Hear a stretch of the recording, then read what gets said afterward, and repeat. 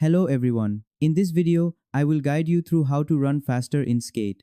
This simple technique will give you that extra burst of speed when you need it most, and it's incredibly straightforward to master.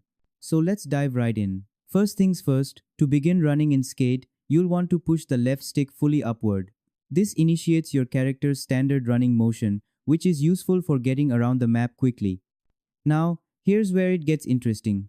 While you're already running, you can press down on the left stick once, that's clicking the X button, and you'll notice your character immediately transitions to a faster running speed. This technique is particularly handy when you need to reach a spot quickly or build up momentum before a trick. If you want to return to your normal running pace, simply press the left stick again. This gives you precise control over your speed as you navigate through the game environment. And whenever you need that burst of speed again, just press the left stick one more time to switch back to faster running. By mastering this simple speed control technique, you'll be able to navigate the skate parks and city streets more efficiently, giving you better positioning for setting up those perfect lines and tricks. And there you have it. You've successfully learned how to control your running speed in Skate.